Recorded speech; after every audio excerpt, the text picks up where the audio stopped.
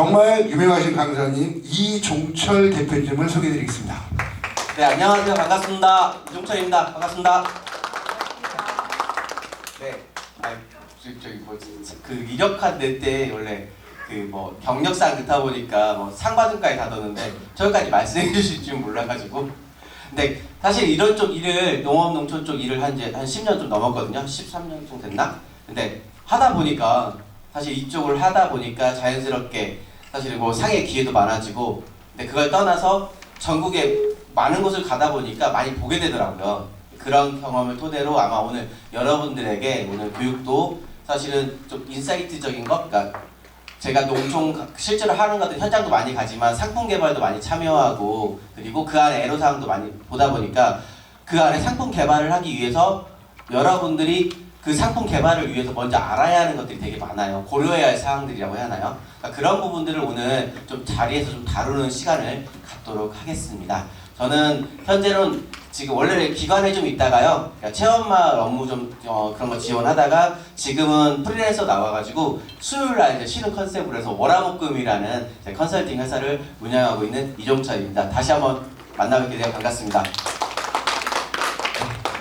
사실은 아까 여기 이렇게 보성이라는 생각 그렇게 생각은 안 하고 보성 그냥 강이 오나보다 했는데, 사실은 제가 이제 초창기에 농촌관광 업무하면서 저희 강골마을에 이제 이정민 대표님이라고 있는데 처음 마을 강골마을도 가보고 그 안에 되게 많은 사실은 영감도 얻고 농촌 자원에 대해서 어떻게 활용하고 지역과 연계하는 고민을 되게 많이 했었거든요. 근데 사실은 이런 자리에서 또 사실 이정민 위원장님 모시고 또 교육을 하는 것도 좀 그렇긴 한데, 어쨌든 제가 한 10몇 년간의 경험을 오늘 여러분에게 짧지만 그래도 좀 뭔가 조금 인사이트 할 만한 것들을 제공하는 그런 자리가 되었으면 좋겠습니다. 먼저 제가 준비한 건 총 크게 3가지인데요. 하나는 뭐 좀 재미없겠지만 농촌 관광을 우리가 어떻게 생각해야 하는지, 어떻게 접근해야 하는지랑, 그 다음으로는 그러면 농촌 관광 상품을 만든다, 상품 기획을 한다 했을 때 무엇을 고려해야 하는지. 사실 상품은 항상 제가 지역을 가다 보거나 아니면 경영체, 그 조직체랑 만나서 얘기하다 보면 한결같이 하는 게 좀 실수라고 표현하기 좀 애매하긴 한데, 자기가 잘하는 거 만들더라고요. 또 자기가 좋아하는 거, 자기가 좋아하는 취향을. 근데 상품이잖아요. 근데 우리가 나한테 파는 게 아니잖아요. 결국은 상대방한테 팔아야 하는 건데, 사실 고객에게 공감을 이끌 만한 걸 만들려면 결국은 고객이 원하는 것들을 만들어야 하잖아요. 그러다 보니까 실제로 지금 고객들이, 소비자들이 어떤 방향으로 가고 있는지, 그래서 지역 트렌드와 좀 연결시켜서 우리가 상품화할 수 있는 접점이 무엇이 있는지 해서 좀 지역을 좀 변화시키는 트렌드에 대해서 몇 가지 좀 다뤄볼 거고요. 끝으로는 그러면 우리 보성에 우리 주민사업체, 우리 조직이 지속가능한 관광을 하기 위해서는 어떤 전략이 필요한지를 이거는 좀 뭐 개인적인 의견도 많이 넣어서 제가 뒷부분에 좀 표기를 했거든요. 그거를 주로 교육을 진행하도록 하겠습니다. 먼저 첫 번째 시간은 농촌 관광의 이해인데요. 저는 이제 농촌 관광 했을 때 최근에 로컬 관광이라는 게 사실 많이 떠요. 그리고 저는 요즘 말을 많이 하는데, 농촌 마을 많이 가서 하는 말이 예전에는 농촌에 대한 농어촌 지역에 대해서 생각보다 많은 정부 부처도 관심이 그렇게 있지는 않았어요. 그러니까 이쪽 일을 하다 보면은 농식품부나 농진청 이런 데 농업기술에 대한 관심이 되게 많았거든요. 근데 이게 사실은 농업, 농촌, 농민들 중심으로 하다 보니까 그분들이랑 어떻게 활성화시키나 한 번도 안 해봤잖아요, 관광은. 그러니까 사실 아마추어 관광, 잘 못하는 관광이다 보니까 이거를 전문화된 관광, 그러니까 사실은 관광공사라든가 다양한 프로젝트 팀이랑 연결하려고 해버리면 그 2012년에서 15년 사이 뭐 한다고 하면은 생각보다 관심도 많이 안 가져주셨고 같이 하는 거 되게 힘들어 하시긴 했었어요. 그러니까 농촌 지역에서 뭐 하는 거 사람 많이 안 오고 실제 쉽지 않은 거다라고 했는데, 지금은 농촌 자체를 엄청나게 큰 자원으로 많은 기관에서 인식을 하고 있더라고요. 실제로도 관광공사나 이런 데 보면 뭐 로컬 기획자라든지 아니면 로컬 크리에이터 뭐 이렇게 얘기하면서 골목상권 뭐 키운다 등등 하면서 로컬 브랜딩을 한다는 걸로 해서 많은 예산을 태우고 있어요. 사실은 그 내용을 자세히 보면 기존에 우리가 농촌에서 관광을 하시는 또 주민사업체 하는 활동들이랑 크게 다를 게 없어요. 사실 근데 여기서 중요한 건 기획자냐 아니냐 차이는 있겠더라고요. 사실은 농촌에서 관광 상품을 제공한다는 분들 얘기 좀 보면 기획자라고 하기에는 좀 아쉬운 면이 많아요. 근데 최근에 로컬 얘기하면서 기획이라는 말을 하는데 우리가 그 안에서 좀 부족한 게 많이 있다. 그런 측면에서 봤을 때는 우리가 앞으로는 단순히 농촌 관광을 떠나서 로컬이라는 비중이 점점 증가하고 있다 보니까 좀 상품 기획자로서 무엇을 하시든 지금 상품이라는 건 생산을 하든 가공을 하든 유통을 하든 체험을 하든 다 상품이잖아요. 그 측면에서 어떻게 접근해야 할 건지 이걸 진지하게 고민을 많이 하셔야 돼요. 사실은 저는 이런 거 로컬 요즘 지역에 대한 관심이 증가하면서 한결같이 하는 얘기가 농업 농촌에 유전 터졌다는 얘기 많이 하거든요. 기름 한 방울 안 나던 나라에서 농촌에서 유전이 발견됐는데 이 유전이 누구 거냐? 근데 지역 사람들이 지역 사람들께 안 될 수도 있다는 거예요. 뭐 요즘 우리가 뭐 항상 관광 얘기하는데 지역 주민 주도회 뭐 이런 얘기 많이 하거든요. 모든 정부 지원사 보면요 주민 주도라는 얘기를 많이 써요. 근데 돌아가는 구조를 좀 보면 지역 주민은 여기서 지역 주민은 우리는 아닌 경우도 많더라고요. 외부에서 온 전문가들 농촌이 돈이 되거든 이제. 그러니까 지역에 유입될 수 있는 확률이 많다 보니까 그러면 그 안에서 실제 돈이 발생할 수 있는 것들은 꼭 우리 거냐 아니냐에서 판단하기 되게 어렵다는 거예요. 물론 외부에서 전문적으로 활동하시는 분들이 지역과 연결해서 활동하는 건 정말 긍정적이긴 합니다. 그러니까 그걸 우리가 배척할 게 아니라 연결하는 것들이 필요한데 그들과 연결했을 때 우리가 좀 주인 의식을 가지고 우리 주도로 같이 연결할 수 있는 마음가짐을 갖는 게 정말 중요하다는 거예요. 항상 보면은 제가 상품을 설계하면서 제일 힘들었던 게 남들과 연대하는 걸 잘 못 하시더라고요. 또 받아들이는 것들. 근데 지금은 받아들이지 않으면 사실상 쉽지도 않고 워낙 잘하는 분들이 많다 보니까 특히나 관광 측면에서는 그리고 그거 아니어도 상품을 팔기 위한 것들 예를 들어서 뭐 사과를 생산하고 키위를 생산하고 키위를 생산해서 우리가 농민들이 팔아서 부가치를 올려야 하는데 요즘은 농업 유통 쪽으로 마케팅 워낙 잘하는 분들이 많다 보니까 외부에서 와서 그냥 팔아주는 거예요. 근데 사실은 그게 아니라 유통체제랑 똑같은 거잖아요. 돈을 우리 쪽에 들어오는 것보다는 외부에 빠져나갈 확률이 높다는 거죠. 물론 잘하는 사람과 연대하는 것들이 중요한데 그런 것들에 대해서 여러분들이 조금 많은 인식을 해야 한다. 그러면 우리가 제가 이 얘기하면서 로컬 얘기하거나 농촌관광 얘기하면서 많이 하는 얘기 중에 그러면 관광을 우리가 어떻게 접근할 거냐? 뭐 지역 관광 얘기 많이 하지만 농촌은 어떤 걸 생각할 거냐 했을 때 농촌 다음이라는 얘기 제가 많이 해요. 농촌답게 이 표현을 많이 하는데 이 두 개의 그림이 있습니다. 이 두 개의 그림이 일본 작가의 그림인데요. 이 그림의 이 제목이 뭔지 아세요? 맞춰보시겠어요? 이 제목이 도시와 시골이에요. 도시와 농촌. 근데 왜 뭔 차이 같아요?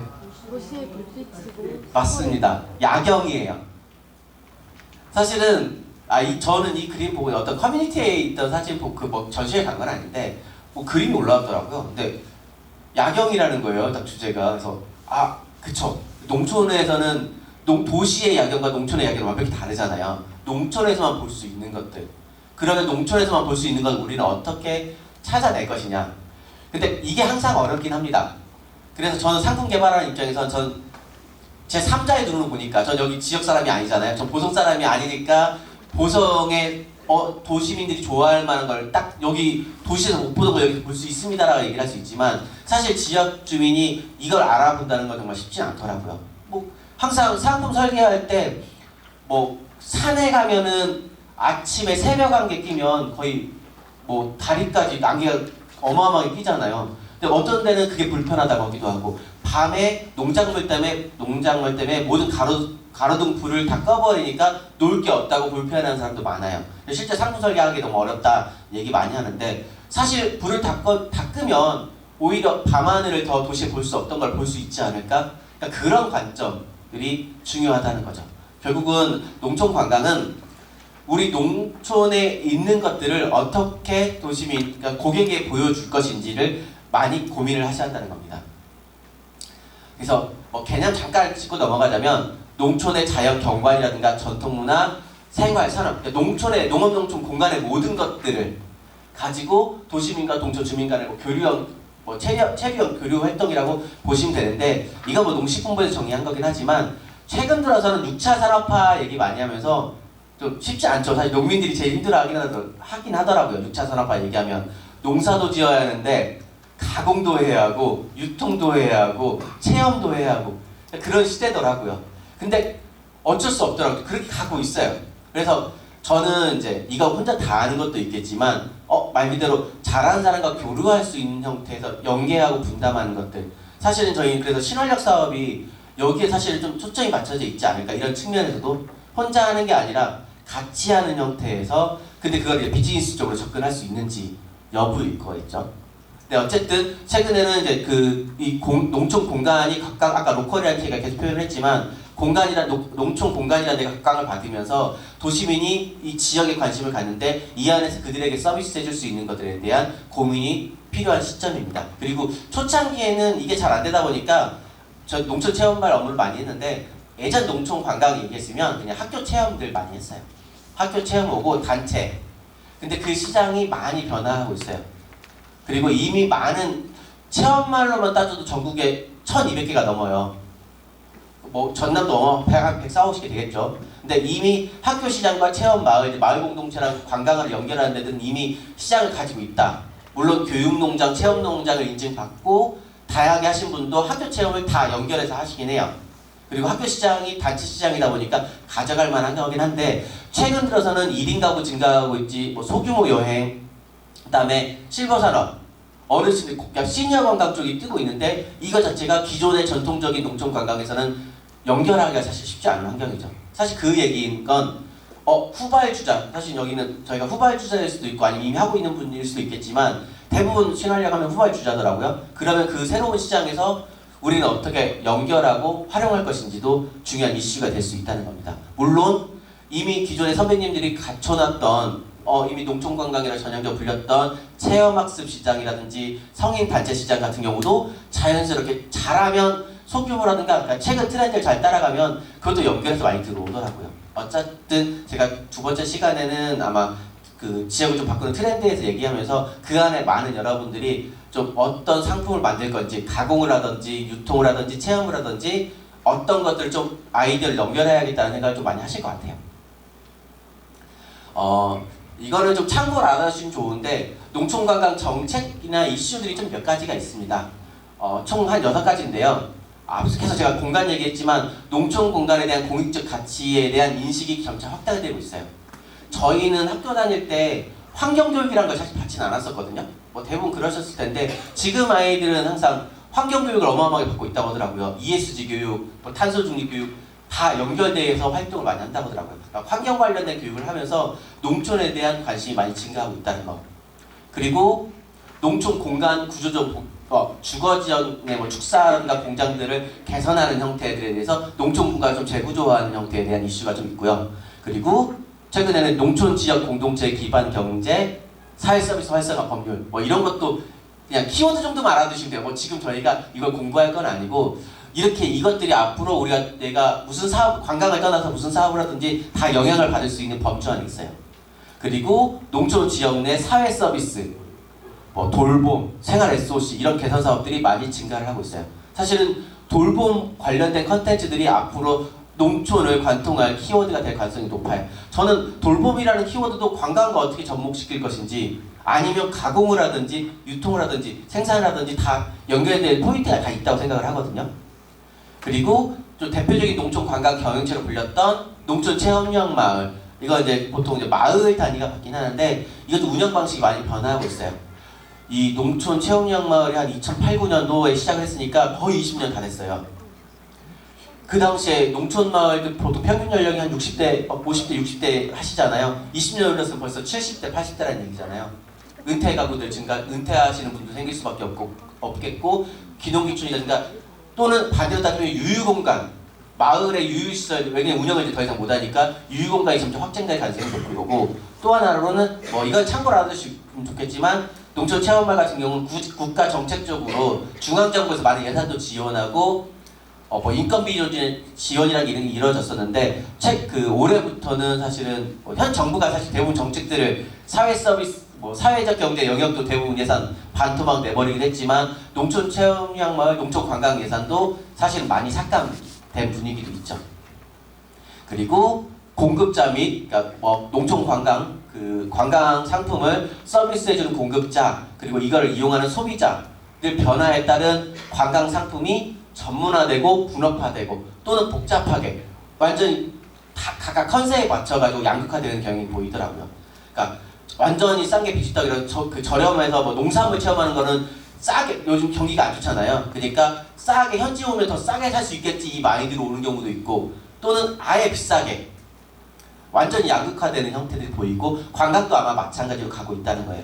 싼 거 해가지고 오시는 분 아니면 비싼 거 하시는 분 그래서 체험 10,000원짜리에서 뭐 사과 수확 체험이든 키위든 해서 현지 와서 사니까 더 싸게 해달라는 사람도 분명히 많은 거고 또는 반대로는 그걸 가지고 가공해가지고 또는 좀 프리미엄 버전으로 해가지고 실제로 파는 것보다 농산물 그냥 파는 것보다 더 비싸게 하는 경우도 존재하고 있어요.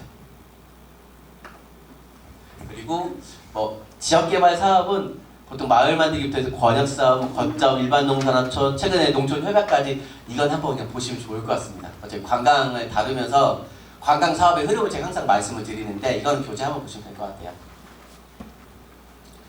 그리고 이건 하나 알아두시면 좋겠지만 좋을 것 같아요. 사실은 WTO는 이런 국제 협약 때문에 농업 생산 관련된 그 정부 그 지원율이 많이 낮아졌어요. 사실 규제를 하니까 지원 매칭을 높게 하지 말라 이런 규제 때문에 많이 못 하다 보니까 농촌 사회가 유지되기 되게 어렵죠. 사실 농촌 사회는 아까 말한 농촌의 다원적 기능 때문에 국가적으로 지켜야 하는 기능이 필요한데도 불구하고 우리나라가 보호해주지 못하는 그리고 굳이 농촌에서 일할 수 있는 환경들이 아니었으니까 그러다 보니까 농촌 사회가 유지가 위협되다 보니까 농촌을 자체를 농업 공간으로만 보는 게 아니라 농촌에 대한 기능을 인식을 아예 전환하는 형태에 대한 좀 정부 지원이 그러니까 정부 정책들이 바뀌어가기 시작했어요. 그래서 농촌의 다원적 기능을 강조하면서 식량 생산 공간에서 정서적, 문화적, 생태적, 학습적 가치를 가진 다원적 공간으로 인식을 하고 그렇게 설계를 하고 있고 실제로도 그게 맞긴 하고요.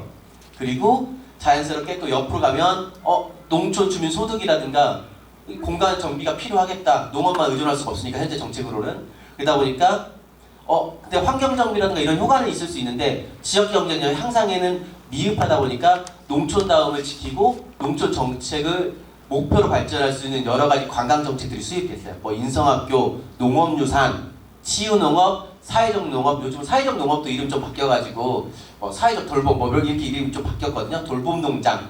예전에 사회적 농장이라고 했는데 지금은 이제 돌봄농장이라고 또 이름을 또 변경돼서 운영이 돼요. 그리고 농촌 체험, 환경 농업 이런 형태로 좀 지역 정책들이 많이 바뀌어가고 있는 경향을 보인다. 이거는 안 봐도 되고. 저희가 농업농촌 정책들 얘기 많이 할 때 농촌 융복합 산업이라고 해서 6차 산업 정책들이 있어요. 근데 여기가 좀 한번 보시면 좋을 게 초창기에는 그러니까 그 농업농촌 자원의 융복합 얘기를 하면서 1차년도에는 1차 기본계획은 2016년부터 20년까지였는데요. 그때는 농업인, 그 다음에 2차 제조가공 중심으로 전략들을 많이 짰었어요.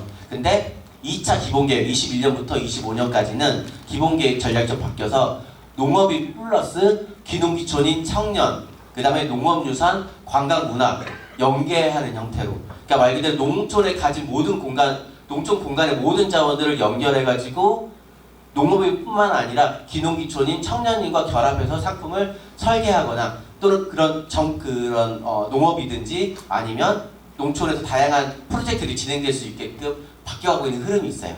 그러니까 이런 부분들은 여러분들이 좀 진행하실 때 6차 산업화도 사실은 농촌 공간의 모든 자원들을 배경으로 한다라는 정도의 이슈만 좀 알고 계시면 좋을 것 같아요. 이거는 안 보셔도 되고 그리고 이 주민사업체 하시면서 농촌 관광 관련된 활성화 사업들이 되게 많아요. 일단 기본적으로 우리가 마을에 시설이 보조 시설이 있고 그 다음에 주민들이 있다라고 했을 때는 농촌 체험형 마을을 지정받을 수 있는 것도 있고요. 그 외에도 교육농장, 체험농장, 마을 6차 산업 인증 기관들 대상으로 해주는 소규모 농촌 체험 프로그램, 농촌 특화 교육 프로그램 그런 것도 있고 4번 보면 4번, 6번 이런 형태들 보면 주민주도형 농촌관광, 농촌 크레이 투어 이런 것들이 주민사업체잖아요. 저희가 그러면 주민사업체 간 연결하는 형태. 그러니까 보성군 전체의 농촌 관광 조직을 중심으로 해서 운영하는 사업단들을 했을 때 지원해준 사업들도 있고요. 그래서 중앙정부 나오는 사업들이 보면은 연대하라는 사업들이 되게 많아요.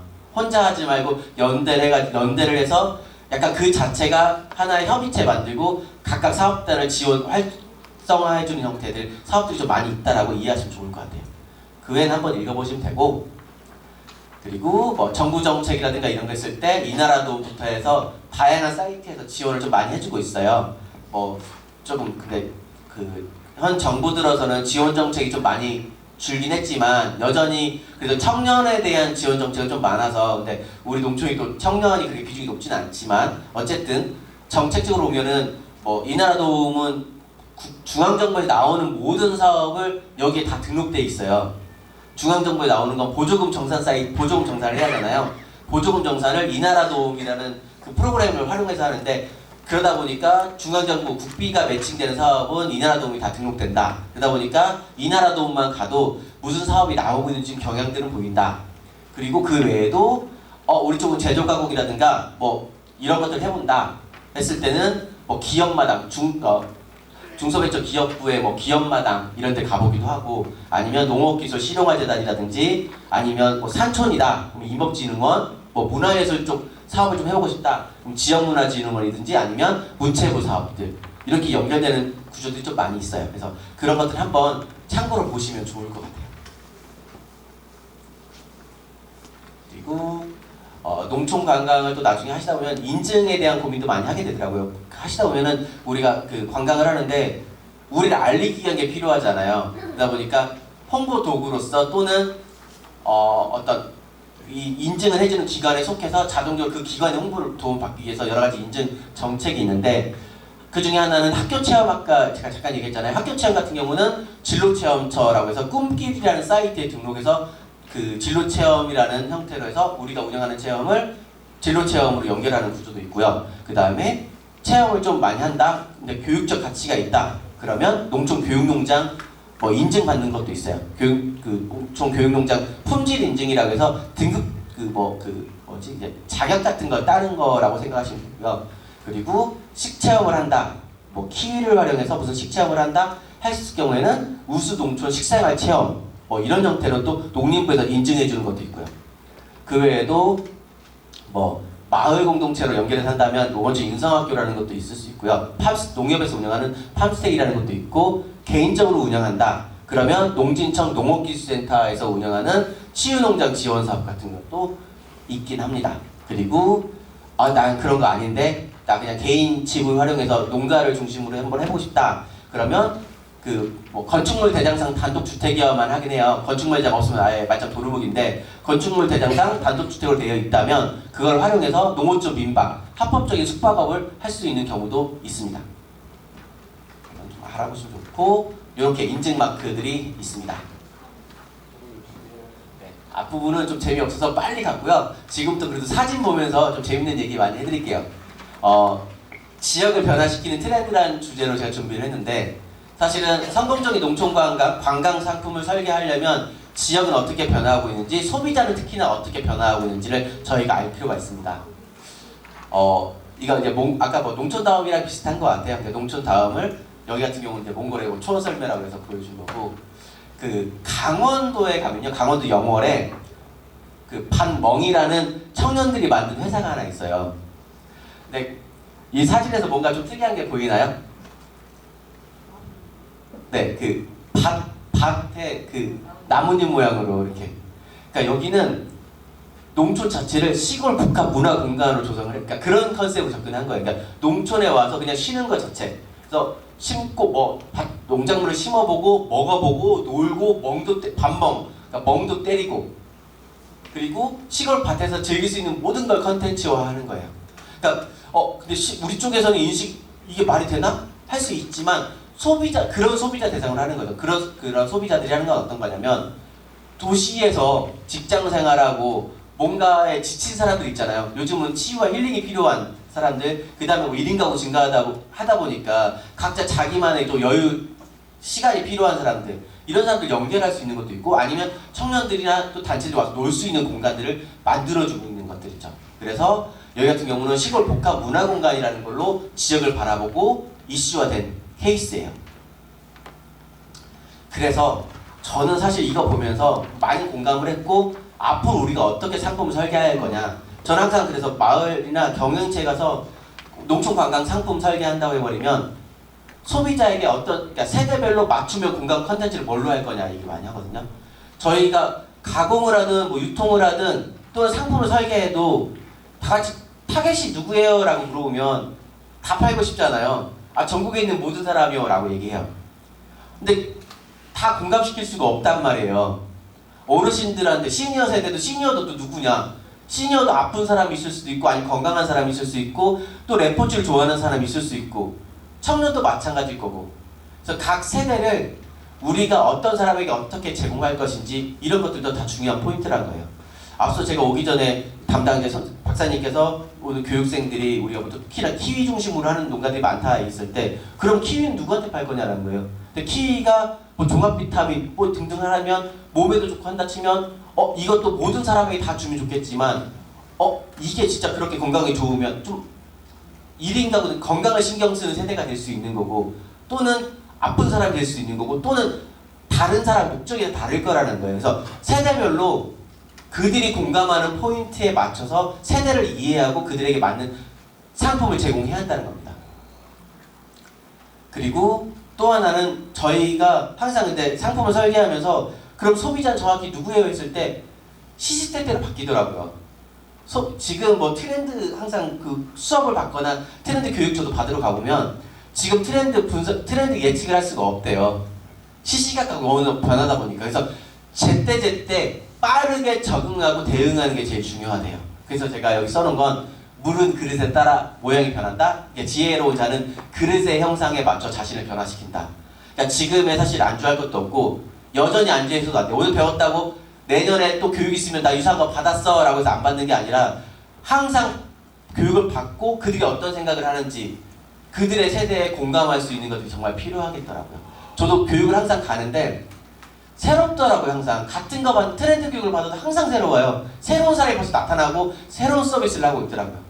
그러니까 특히나 로컬 시장이 커지면서 로컬에 엄청난 사람들이 몰려오면서 상품들이 시시각각 변하고 이슈화되고 그만큼 또 빨리 묻히기도 하고 그럼 우리가 묻히면 바로 문 닫을 것도 아니잖아요. 그러니까 계속 변화할 수 있는 그러니까 그 좀 트렌드의 변화에 맞춰서 우리가 좀 유연해질 필요가 있겠다. 그러면 우리가 새로운 소비자가 좀 어떻게 인식할 거냐? 그 좀 여러 가지 트렌드가 있는데 확실한 건 MZ세대에 주목해야 한다는 건 사실이에요. MZ세대는 계속 뭐 우리가 좀 어렵다, 좀 대상이 아니다, 뭐 시니어 대상으로 한다 하더라도 항상 얘기하지만 결국은 이 물건을 지금 현재 우리가 물건을 구매할 사람들, 상품을 구매할 사람들은 현재 구매력 있는 MZ세대의 가능성이 높다는 거예요. 물론 시니어라든가 다른 세대도 뭐 요즘 알파 세대, 잘파 세대 얘기도 많이 하는데 어느 세대는 저희가 구매할 수는 있어요. 근데 트렌드를 선도하는 그룹이 현재는 MZ세대하고 잘파 세대, 그러니까 약간 그 80년대 세대 이후다 보니까 그들한테 유행 따라가는 거는 시니어도 결국 따라가게 되는 거고 그 트렌드에 좀 맞춰 간다는 거죠. 그래서 MZ세대에 주목할 필요가 있다. 그리고 1인 가구가 계속 급증할 거고 앞으로도 급증할 것이다. 지금처럼 하면은 예전 가족 단위의 상품들, 가족 단위의 가공 상품을 만들거나 농산물을 포장하는 단위 자체가 다 바뀌어야 한다. 라는 개념과 연결될 수 있다는 거죠. 그리고 또 반대로 시니어, 이 고령화. 요즘은 시니어라는 표현도 잘 안 하더라고요. 그 뭐 위에서 보면은 서울이나 이런 데 보면 신중전이라는 표현을 많이 해요. 50 플러스. 50. 그러니까 우리 쪽에서는 50은 작년이긴 하잖아요. 근데 50을 또 하나의 층으로 나눠버려가지고 50 플러스 또 구분하더라고요. 그래서 신중년이라는 표현을 하고 그 단계 넘어서 또 이제 시니어라고 얘기도 하고. 그래서 그러면 50 이후에 새로운 고민을 가진 계층들이 발생한다는 거예요. 50 이후에 나는 뭘 하지? 직장을 예전 같은 은퇴를 했던 세대이거나 좀 빨리 은퇴하신 분들은 근데 이제 그게 아니라 새로 그러니까 돈도 벌면서 내 인생을 좀 즐기려고 하는 사람도 증가할 수 있는 그래서 50 이후의 인생을 또 어떻게 분석할 것인지 그리고 50 이후 50 플러스 그 다음에 시니어로 구분되는 70대, 80대는 또 어떻게 공략할 것인지 이거는 계속 저희가 상품을 고민하면서 어떻게 만들지 전략을 세워야 하는 것 중에 하나예요. 그리고 나의 것, 자연의 시골 고유 매력을 느끼면서 즐기면서 도시 생활의 여유와 뭐 편안함을 느끼는 러스틱 라이프, 그러니까 약간 시골 삶을 농촌의 삶을 꿈꾸는 러스틱 라이프 이거 자체는 계속 이슈가 등장하고 있고요. 그리고 통학, 뭐 통근이라든가 업무, 뭐 목적이나 지역 방문에 지역에 체류하는 약간 요즘 골목 상권에서 좀 지는 그뭐 한 달 살기 뭐 살아보기 프로그램도 있잖아요. 예, 그런 형태로 해서 뭐 생활 인구, 뭐 행안부에서는 관계 인구라는 표현을 많이 해요. 그리고 농림, 그 문체국 이런 데서는 생활 인구 했을 때 뭐 몇 분 이상만 한두 시간만 지역에 머물러도 뭐 생활 인구라고 폭넓게 잡긴 하는데 그 의미는 그렇게 중요하지 않습니다. 근데 지역에 이제 사람이 들어온다는 사실. 예전 같으면 한 10년 전만 해도요, 관광 농촌 마을 가가지고 주민사업자들 경영체랑 상품 설계하려고 가보면 우리 지역에 사람 많아요 라고 얘기를 했단 말이에요. 근데 지금은 그 판도가 완벽히 바뀌고 있는 것 같아요. 그리고 뭐 또 하나 뭐 이건 좀 다르지만 예전에는 금요일날, 토요일날 이때 사람들이 뭐 민박하나 펜션하는 데 보면 많이 왔단 말이에요. 근데 특이한 점이 발생한 게 평일에도 손님이 온대요, 이제는. 수요일 이럴 때.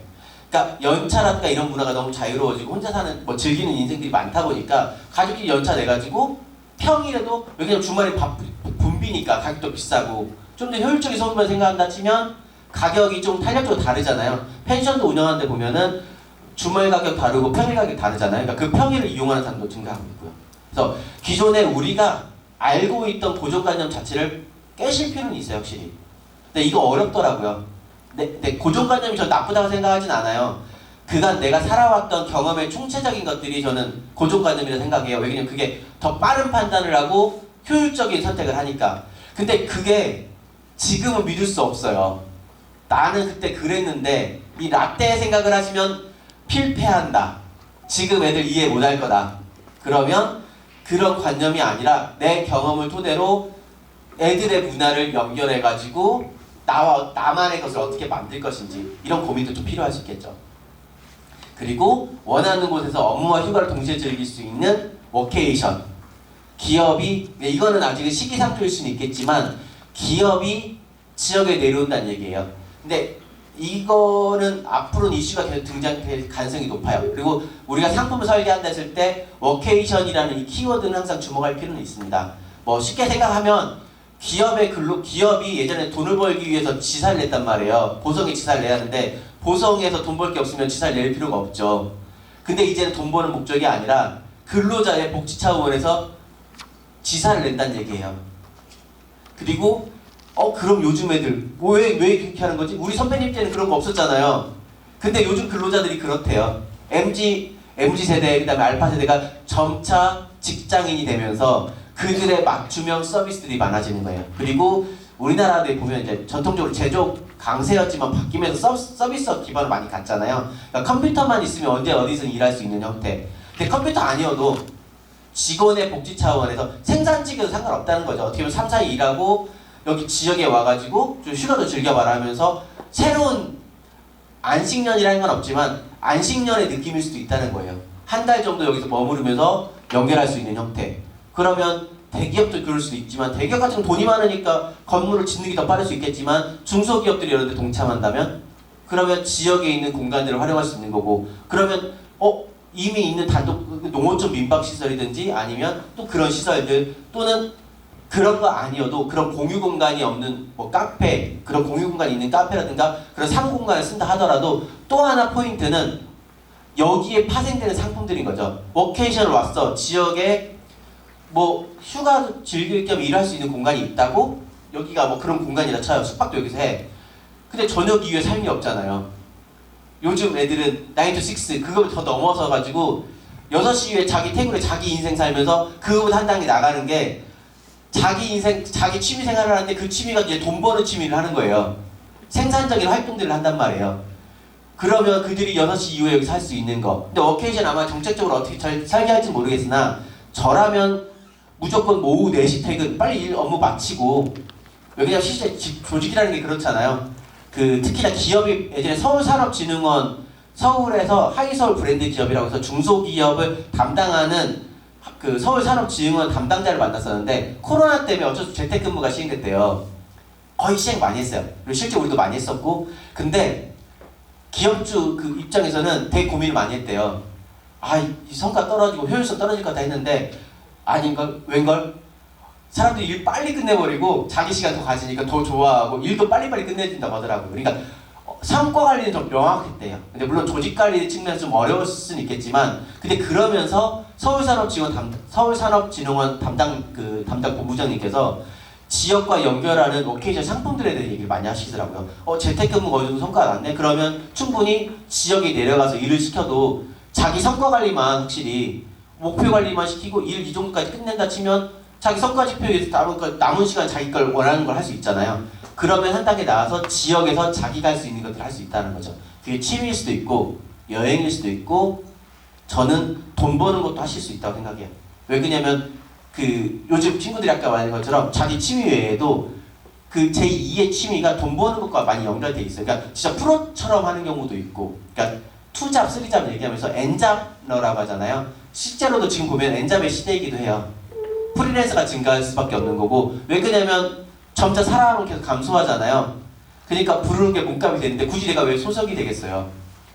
프로젝트 기반으로 움직일 수 있는 거니까. 그래서 점차 회사 구조도 많이 바뀔 건데, 회사도 그러다 보니까 프로젝트 기반으로 하든 자기네가 고용을 하든 어쩔 수 없이 지역과 연대하는 형태의 산업들이 증가할 거다. 그러면 오케이션이 증가한다는 가정에서 우리 보상에서 그들에게 서비스해 줄 수 있는 상품들이 무엇이냐.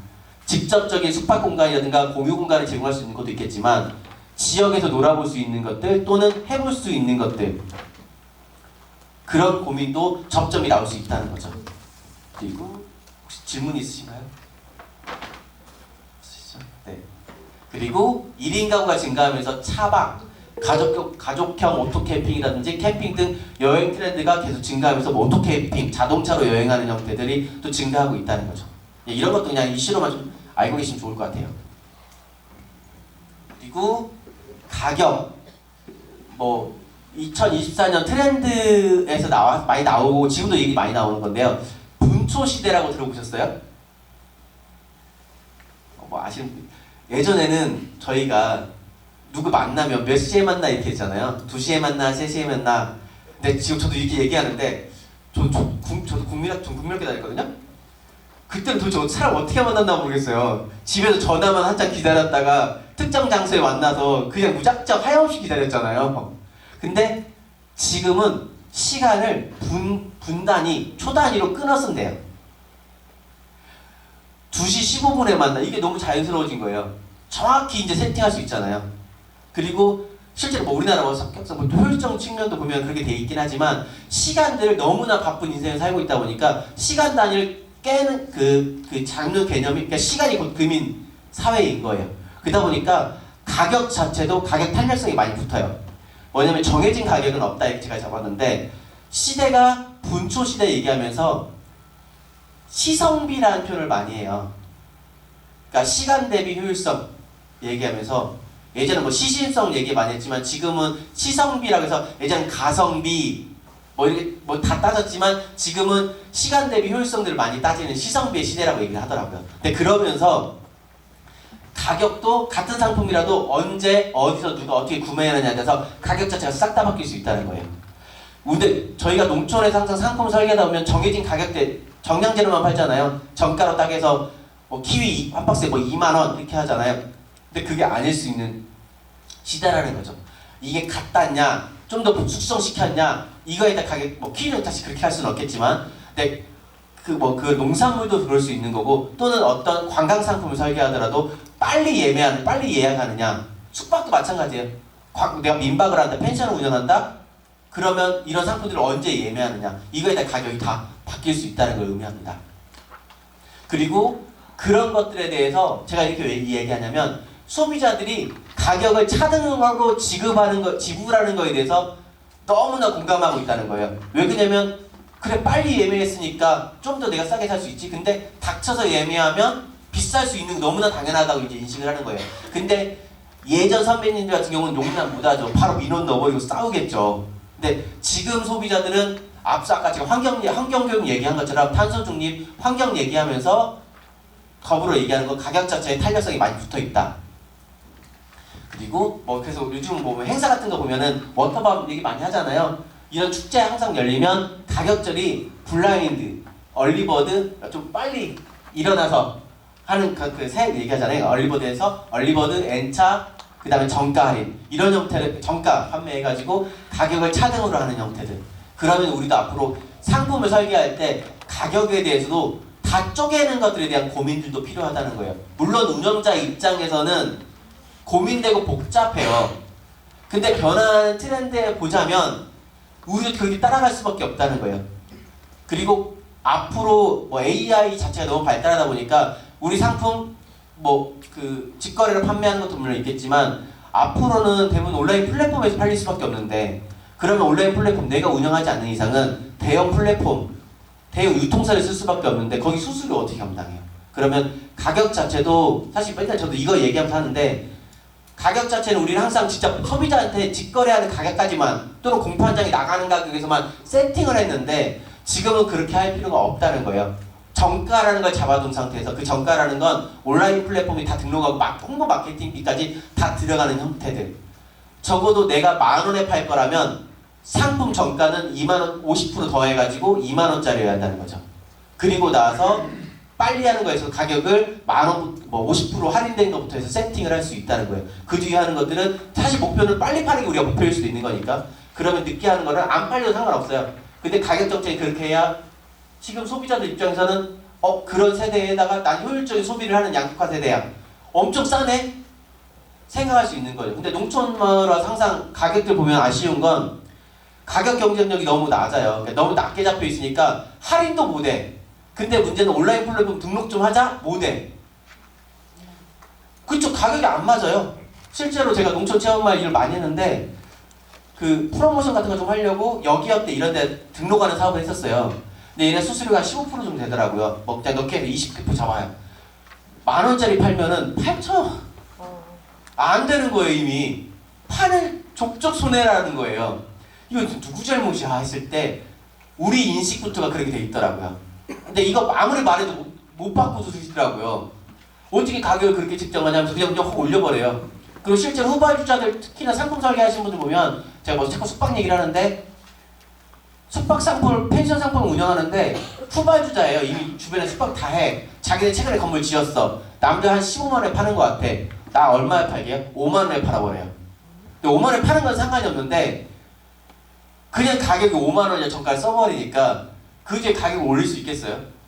그러니까 말 그대로 가격 정책에 대한 고민도 많이 해야 한다는 거예요. 근데 저는 뭐 이렇게 오늘 뭐 트렌드 얘기하면서 가격 얘기를 하는 이유는 가격에 대해서 우리들이 좀 변동폭을 많이 가지고 있어야 한다. 그리고 소비자들도 가격 지불에 대해서 시간 대비 또는 어떤 대상에게 파느냐, 언제 나왔냐, 언제 파느냐 이런 시점에 대해서 가격이 다른 거에 대해서 충분히 공감할 수 있는 세대일 수 있다는 거예요. 뭐 그 심지어는 제가 이 숟가락 교체 비용도 받는 데도 있다고 하더라고요. 이게 뭐 책에서도 봤었는데 실제로 그러고 있다고 하더라고요. 그리고 저 대전에서 한번 김치찌개를 먹었는데 김치찌개 원래 저희 다 먹은 다음에 저기 라면 라면 뭐 넣어서 먹는 게 국물이잖아요. 하나 그 라면 좀 먹을 라면 추가해서 국물이 모자라니까 국물 좀 넣어달라 했더니 나중에 계산할 때 보니까 국물 추가 비용이 있더라고요. 그러니까 각각 근데 워낙 인건비 올라가고 모든 게 재료비들이 그게 되다 보니까 다 쪼갰어요.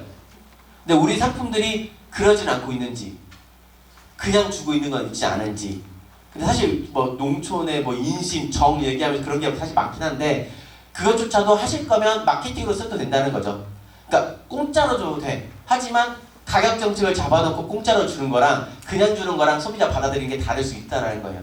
그래서 가격에 대해서 항상 다 쪼개서 다 가격화한 다음에 상품 정가라는 걸 만들 필요는 있다는 거예요.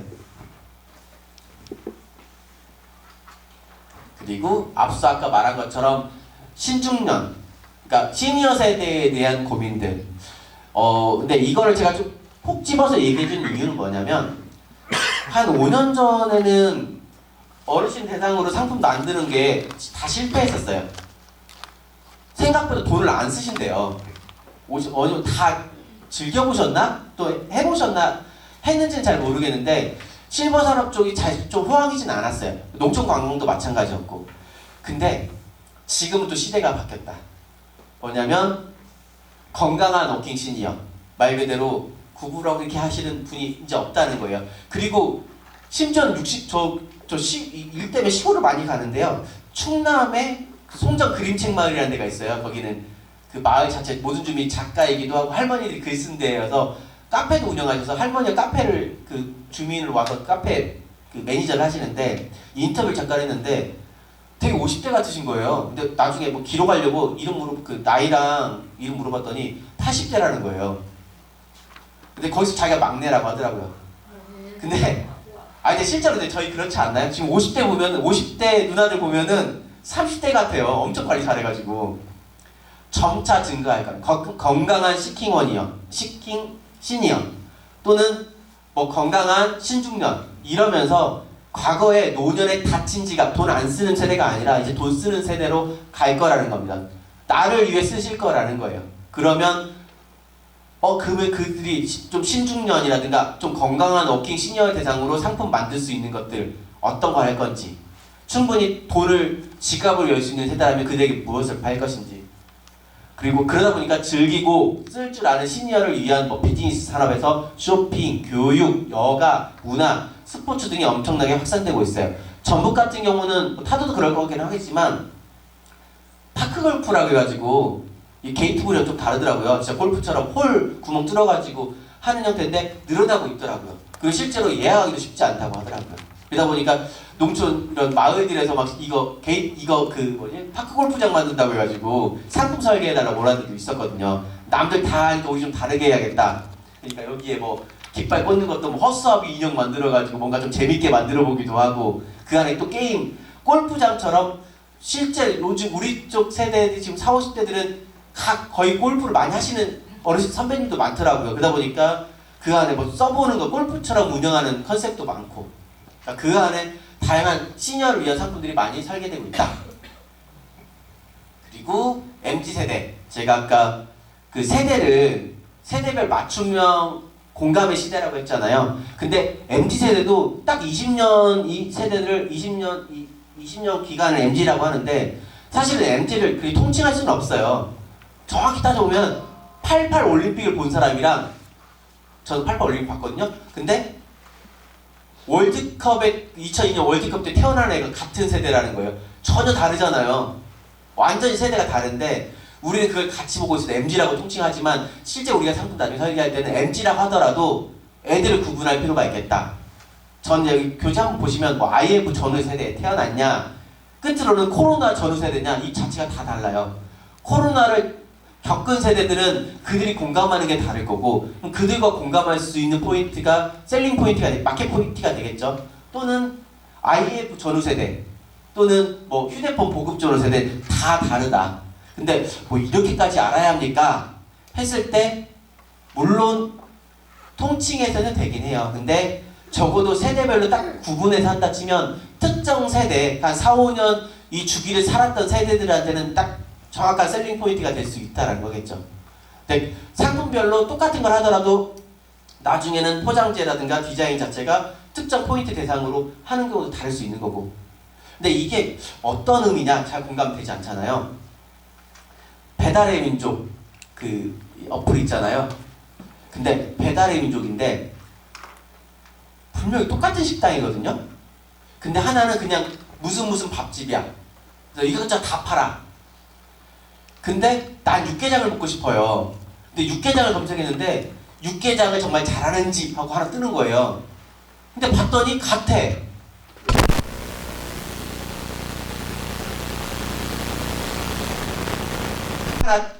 같은 가게인데 사업자 그 이름 하나 더 내가지고 그 안에 전혀 다른 브랜딩을 해버린 거예요. 그런 느낌이에요. 우리들이 상품을 설계한다 치면 똑같은 거 나온다 하더라도 아까 제가 이렇게 육개장 얘기했던 거는 육개장을 정말 잘하는 집이면 그냥 밥집보다는 선택이 그렇게 될 수 있는 느낌처럼 보이잖아요. 그러니까 그런 것처럼 고민해 볼 수 있는 것들이 있다는 거죠. 그래서 그것처럼 특정 세대에 공감할 수 있는 것. 아까 배달의 민족 제가 얘기했던 건 그 밥을 시키면서 그들이 공감하고 있는 건 뭘까? 딱 그럼 그 전문점에서 그냥 일반 식당보다는 전문점이 더 잘할 거라는 생각을 가지고 있다 보니까 그렇게 했던 것들. 그래서 실제로 보니까 밥집도 많이 나가지만 그 육개장 그렇게 한 컨셉도 많이 나가더라고요. 왜냐면 리뷰 쓴 거 보이면 되는 거니까. 근데 실제로도 그렇게 운영되고 있더라고요. 근데 운영자 입장에서 되게 사실은 좀 귀찮죠. 그걸 따로 관리하고 뭐 하는 거지만, 근데 어차피 뭐 시스템상에서 뭐 해결될 수 있는 문제는지 잘 모르겠으나 소비자의 공감 포인트는 제대로 잡고 있지 않았나 싶더라고요. 그리고 뭐 챗GPT는 지나갈게요. 중요하니까. 그리고 요즘은 아까 계속 제가 로컬 얘기하면서 지역으로 몰려드는 사람들이 엄청나게 늘어나고 있다. 그럼 보성까지 이제 들어오는 사람들 또는 전남에 들어오는 사람들이, 근데 물론 뭐 지역에 몰려든다고 해서 우리 보성도 오는 건가? 뭐 이런 게 아니라 괜찮은 컨텐츠가 있어야 한다는 거겠죠. 정말 살만한 것들이어야 한다는 거겠죠. 근데 특징을 좀 보면은 어딘가를 꼭 가거나 무언가를 해야 하는 코스, 체험이 과거의 방식이었다면 지금은 낯선 환경에서 얻는 영감, 재충전을 위한 머무름에 집중하는 여행 패턴들을 많이 보인다는 거예요. 그런 소비 패턴을 많이 보인다. 그러니까 기존의 익숙한 공간이 아니라 낯선 공간에서 나를 좀 치유해본 느낌. 근데 이게 젊은 층만 해당되는 게 아니에요. 말 그대로 50, 60에도 우리 스스로도 그렇지 않아요? 우리가 겪었던 환경이 아니라 새로운 공간에서 나를 좀 리프레시해보는 형태에 대한 감정을 많이 좀 느끼기도 하잖아요. 목포에 가면 괜찮아 마을이 혹시 들어보셨어요? 그 지역에 사는 애들도 아닌데 목포라는 그 구도심을 중심으로 해서 그 지역 마을 그 읍면 지역 전체를 관광 컨텐츠화해서 지역 주민과 상품을 설계해가지고 뭐 괜찮아 마을이라는 상품을 운영하는 사례도 있어요.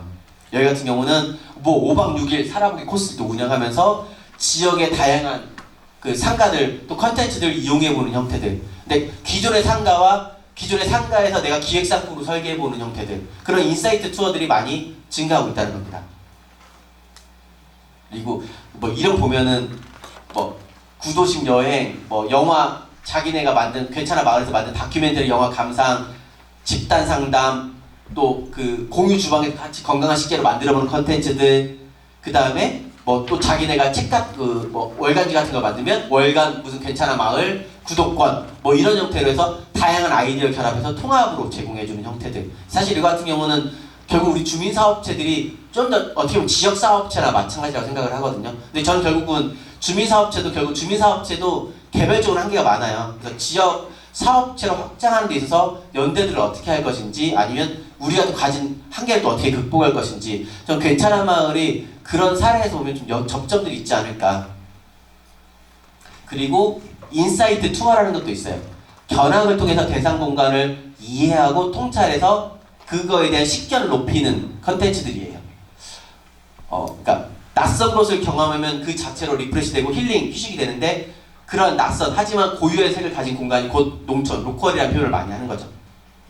그래서 가려 했지만 가지 못했거나 또는 가봤지만 미처 보지 못했던 것들을, 또는 몰라서 가보지 못한 것을 로컬에 있는, 농촌에 있는 전문가와 함께 만드는 투어 프로그램, 뭐 이런 것들도 뭐 지역에 있다는 건 아닙니다. 근데 지역에 분명히 그런 사람이 있을 것 같긴 해요.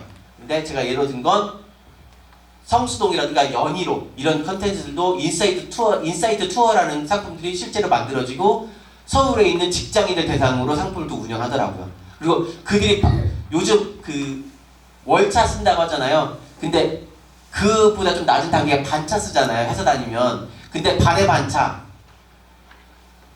다 쪼개 쓴대요. 월차도. 그러다 보니까 반차 내고 점심 이후에 자기 시간에서 우리 회사 직원들끼리 그냥 같이 팀원끼리 쫙 반차 내고 지역 투어해보는 형태들. 그래서 지역 회사 커뮤니티 이런 게 올라오기도 해요. 우리 이거 가자고 해서 그 인사이트 투어에서 3만원 내고 뭐 얼마 내고 같이 가면서 잠깐 식견 넓혀보자, 이런 형태도, 그런 상품도 있다는 거예요. 이거 보면서 우리 지역과는 어떻게 연결시키면 좋을까. 근데 우리 지역도 보면은 우리가 몰랐던 공간, 미처 발견하지 못한 공간들이 되게 많더라고요. 저는 어느 읍면이든 가보면, 전 요즘 가면 마을보다 더 인상 있게 보는 건 읍내예요. 읍내가 과거의 상권이잖아요. 그 안에 오래된 컨텐츠들이 되게 많더라고요. 고택도 많고 그 안에 히스토리도 되게 많더라고요. 그런 걸 발견해내는 것도 재밌는 또 상품이겠더라고요. 그리고 성수동 워낙 핫하잖아요. 그 서울 성수동 같은 경우는 모든 기업에서 팝업 스토어를 열 정도로 사람들이 이제 몰리는데, 그러다 보니까 이 안에 인사이드 투어 같은 상품들이 막 나오는 거예요. 코스 4시간짜리에서 어니언 가고 아모레 성수 가고 포르쉐 나우 가고 뭐 이런 형태로 르라보 향수 가게 가고 또는 또 다양한 문구점 이렇게 해가지고 연결하는데 지역 상품들은 또 어떻게 이런 것처럼 연결할 수 있을까? 라는 고민도 좀 들더라고요. 그리고 밍글링 투어라고 해가지고 그냥 찜조어예요. 근데 그냥 여행사에서 상품화하면서 만들어낸 건데 저기가 있나? 문화. 그냥 쉽게 생각하자면 어우러지는 뭐 이런 뜻이라고 하는데 취향이 같은 사람끼리 여행을 하는 거예요. 예전에는 여행 갈 때 해외여행 가면 패키지 여행 많이 갔잖아요. 근데 지금 여행사도 다 망해가요. 패키지 여행 이제 안 해. 우리는 외국 나갈 때 언어 막 안 되고 하니까 그리고 무섭잖아요. 그러니까 숙박 비행기부터 숙박 근데 어차피 여행사는 어차피 비행기하고 여행사밖에 안 해, 숙박밖에 안 해줘요. 나머지는 현지 여행사가 운영하는 상품들이 사실 많긴 했는데 지금 그 패키지 여행조차도 안 해요. 대부분 보면은 자유여행 상품들이 워낙 증가를 하고 있어요. 근데 뭐 이거 제가 그 얘기 하려는 건 아닌데 이거 같은 경우는 그 버전에서 새로운 버전을 만들었나 봐요. 그러니까 그거 자체가 좀 수요가 줄다 보니까 워낙 여행사 시장이 그렇게 큰 시장은 아닌데 밍글링 투어라고 해서 취향과 관심사가 많은 사람끼리 묶어주는 원포인트 여행들이 성행을 하고 있는 거예요. 그래서 좀 쉽게 생각하면 예전에 우리 취향이라는 표현을 많이 안 하잖아요. 취향이 뭐지 있을 때 근데 실제로 취향이 같은 사람끼리 뭉친다? 그게 사실 많은 커뮤니티 얘기, 카페 가입하고 밴드 가입, 다 취미생활 한다고 하잖아요. 그런 거 생각하시면 될 것 같아요. 그러니까 그런 취향이 비슷한 사람끼리 왜 그러냐면 1인 가구 증가하고 워낙 자기 중심적 성향들이 많이 발전한다 치면 그런 카페에서 모인 사람들이 많지 않을까? 그렇게 생각하면 되는데 프리다이빙을 좋아하는 사람끼리 연결하는 프리다이빙 여행 코스. 여러분 프리다이빙 하지 마세요. 나만 하고 싶으니까. 또는 대만의 위스키 투어. 위스키 먹으러 가는 거예요. 나머지는 뭐 자유여행 섞일 수 있겠지만 그러니까 이게 사실은 여행에 미치다와 그다음 하나투어가 연결해서 나온 프로모션 상품이라고 하는데 저 이거 들으면서 되게 지역과 접점들이 되게 많겠다. 지역에서 원포인트로 할 만한 것들 그리고 다양한 취미, 여행, 그런 동아리 커뮤니티 사이트에 우리 상품과 연결시킬 수 있는 다양한 것들이 아이디어를 접목시킬 수 있는 게 너무 많을 것 같다는 생각을 했었거든요. 그리고 또 하나 등장하는 포인트 중에 하나는 탄소 중립과 ESG입니다. 탄소 중립은 다들 워낙 많이 들으셨잖아요. 탄소 배출량을 줄이자는 거잖아요. 그리고 뭐 강원도에 눈 내렸다면서요. 내렸는지 안 내렸는지 못 봤는데 특보 내렸다고 봤어요. 근데 5월 초에 내린 경우 5월 초에 그런 한정이 있었다는데 5월 거의 말에 중순 이후에 한 건 없다고 하더라고요. 그리고 제가 귀농귀촌 대상으로 농업농촌 정책도 강의하는데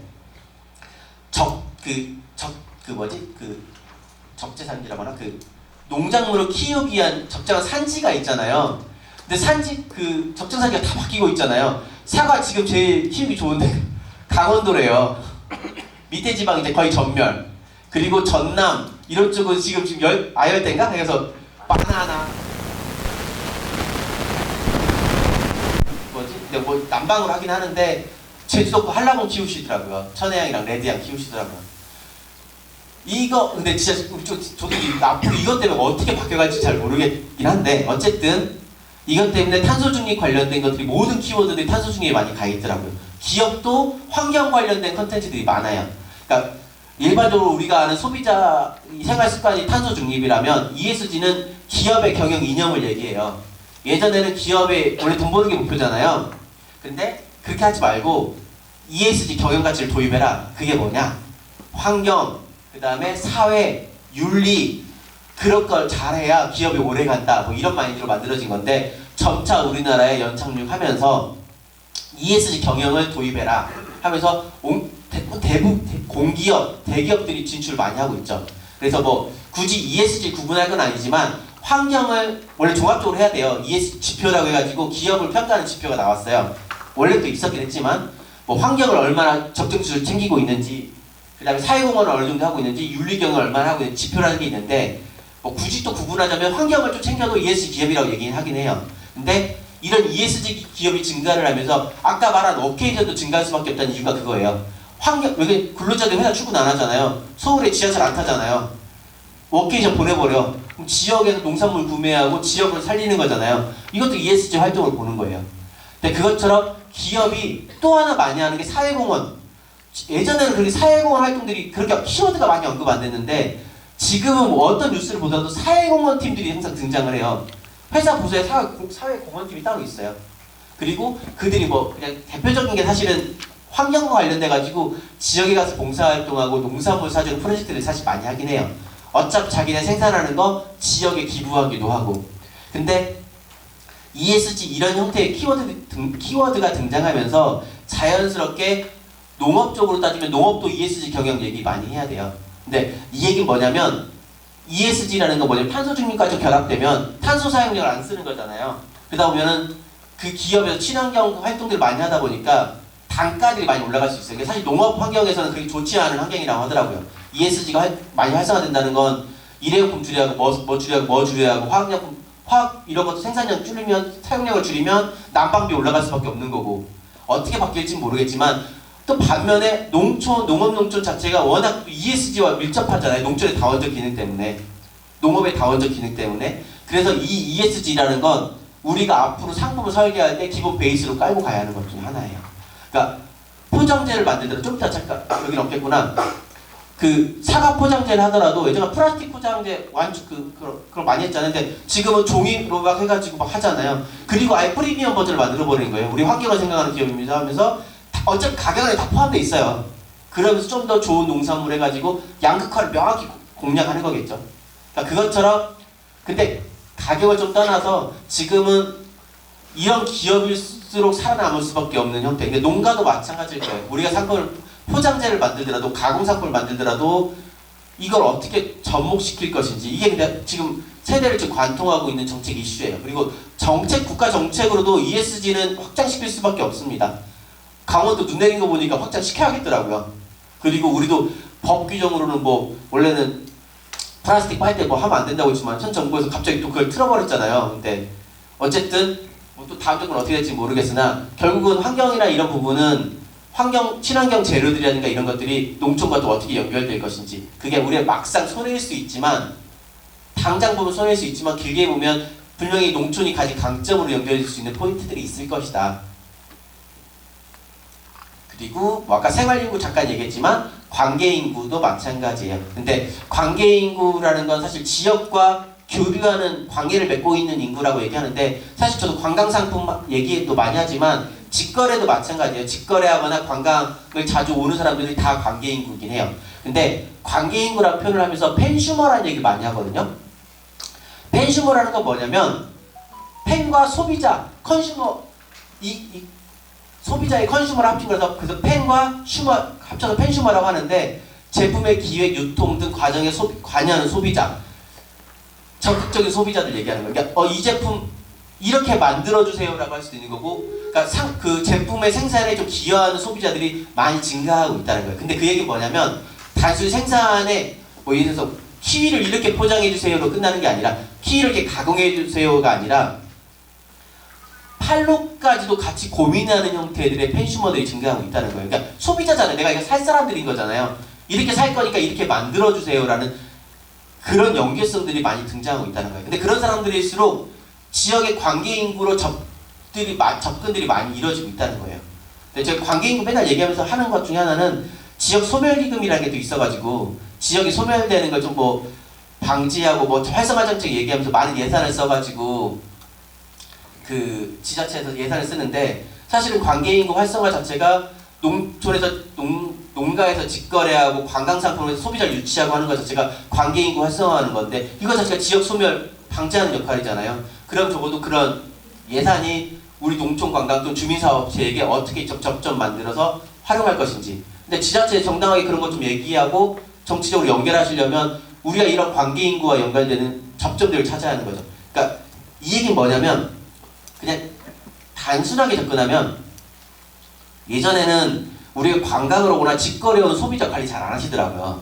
직거래 소비자들 또는 농촌 관광을 오시는 관광 상품을 구매하는 사람들 소비자 관리를 잘 안 했지만 이제부터 그 소비자들이 곧 돈이 되는 시대일 거라 저는 생각을 하는 거예요. 그게 곧 관계인구니까. 정부 정책적으로도 그 관계인구를 어떻게 활성화시킬 건데 문제는 그다음 고향사랑 기부제도 마찬가지긴 한데 고향사랑 기부제라는 것도 사실은 지역에 관심 있는 사람이 돈을 내주는 거잖아요. 어떤 사람이 돈 내겠어요? 첫 번째는 성공한 출향민 대기업 뭐 이렇게 기업 하시는 분이 세금 대신 이거 낼 수도 있죠. 근데 고향사랑 기부제는 아직까지 법인이 내는 개념은 없어서 개인이 내긴 하는데 그럼 개인이 누가 낼 거야? 했을 때 가장 유력하게 낼 만한 사람들은 우리 농산물을 직거래하는 소비자들과 지역에 직접 오시는 분들이겠죠. 그러면 저는 상품 설계할 때 이런 관계인구라는 표현을 하면서 어떻게 연결할 거냐. 그럼 아까 펜슈머 있을 때 이 모든 것들이 다 결합되는 형태의 좀 복잡한 상품들이 나올 수 있겠다 싶더라고요. 그리고 이가 자체가 곧 또 정책이 될 수 있는 형태.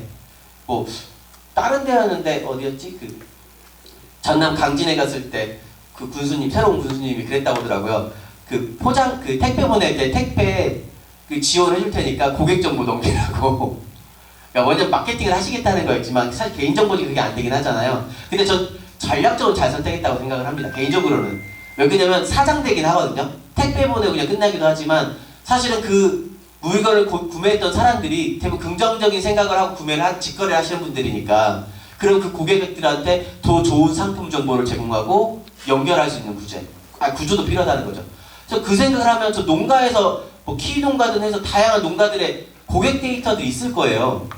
근데 이 주민사업체와 그걸 데이터를 연동해서 마케팅을 같이 하는 방법도 있지 않을까 싶더라고요. 그래서 앞으로는 그런 정보를 사장시키거나 아주 개인정보에서 싫어 아니면 내 손님 뺏기는 것 같아서 싫어가 아니라 남의 손님도 내 손님, 그러니까 손님의 정보를 고객의 정보를 공유하는 전략도 필요할 수 있다는 거예요. 관광 쪽에서 보면은 일반적인 고객보다는 직거래한 고객 대상으로 직거래 소비자 대상으로 관광 상품을 판다면 어떻게 보면 더 좋은 혜택일 수 있는 거잖아요. 더 싸게 해줄 수 있는 거니까 농가와 또 연결하는 거니까. 또는 반대로 관광 온 소비자들한테 관광 오신 분들이 보면 지역에 오면 살 거 없다고 얘기 많이 해요.